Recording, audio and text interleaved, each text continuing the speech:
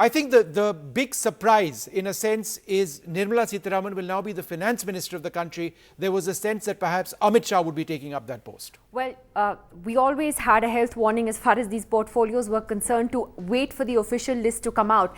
And the big promotion really has come for Nirmala Sitharaman, who was the defense minister earlier, but has now jumped to the finance portfolio, which is very, very high profile. And this was completely unexpected.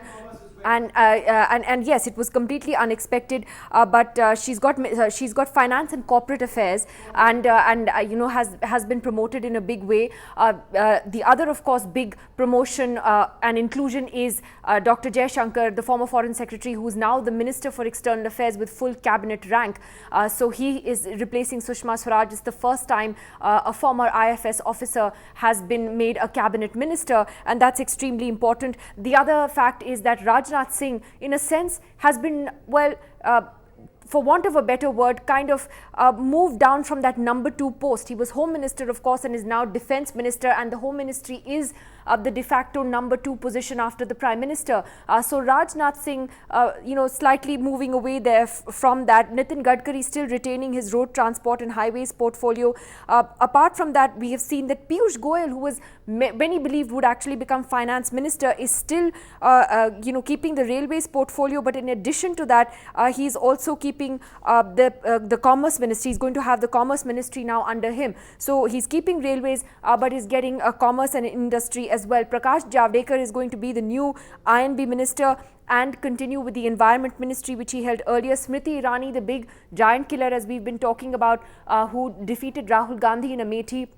She is going to continue in the Ministry of Textiles, but also be the Women and Child Development Minister, which is what Maneka Gandhi held in the last government. Ravi Shankar Prasad continues as Law Minister and in IT, which he held. Harsimrat Badal continues in food processing. If I'm just going through this list as we speak, Dr. Harshvardhan is back as Health Minister. Good choice, many would say. Mukhtar Naqvi continuing in Minority Affairs. Dharmendra Pradhan continuing in Petroleum and Natural Gas. So apart from 2 or 3 changes, there are many ministers who seem to be continuing with their old portfolios, Vishnu. But even Ramvilas Paswan, and of course Amit Shah, Home Affairs. What about the post of President of the BJP? Is there likely to be a change there, because there's a sense that he could continue with both posts?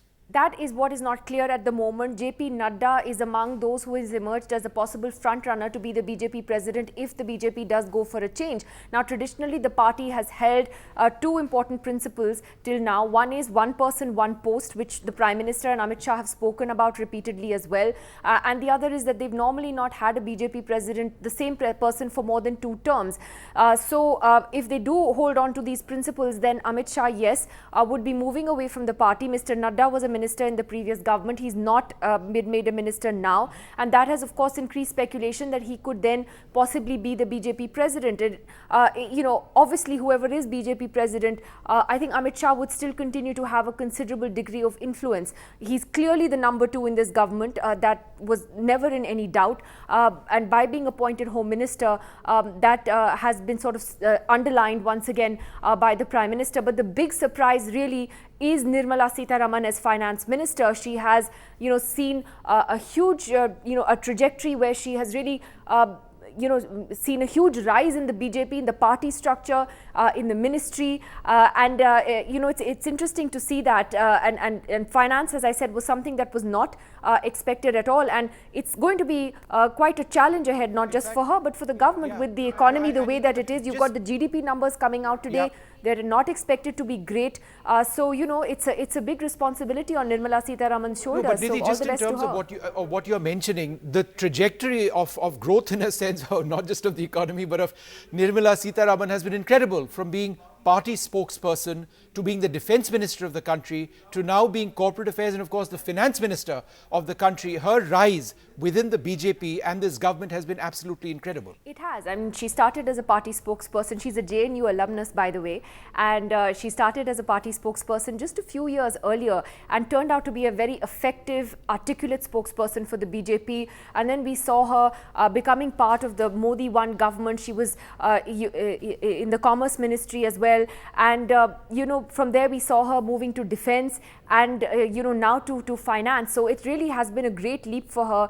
she is someone who has seen a terrific trajectory in her career. So that is the big promotion everyone will be looking at, and that is going to be a very, very key portfolio given the state of the economy and the challenges that lie ahead with the possible slowdown, which the finance ministry itself has talked about. All eyes will really be on her, and as we said, that really is the big headline. We always knew Amit Shah was either going to become Home Minister or Finance Minister, so he is now the Home Minister of India. Rajnath Singh moving to defence, as we said, a slight sort of demotion for him in a sense after being the number 2 all these years.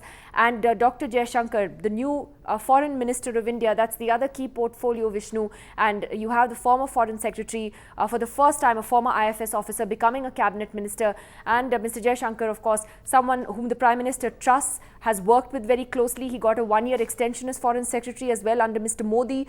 He is responsible for the very close relationship that India has with the United States. He's been ambassador to the US, to China, and with key countries, he has personally sort of overseen the transformation of India's relationship in the last 5-6 years. So he certainly has Mr. Modi's ear and has a huge responsibility as well ahead of him.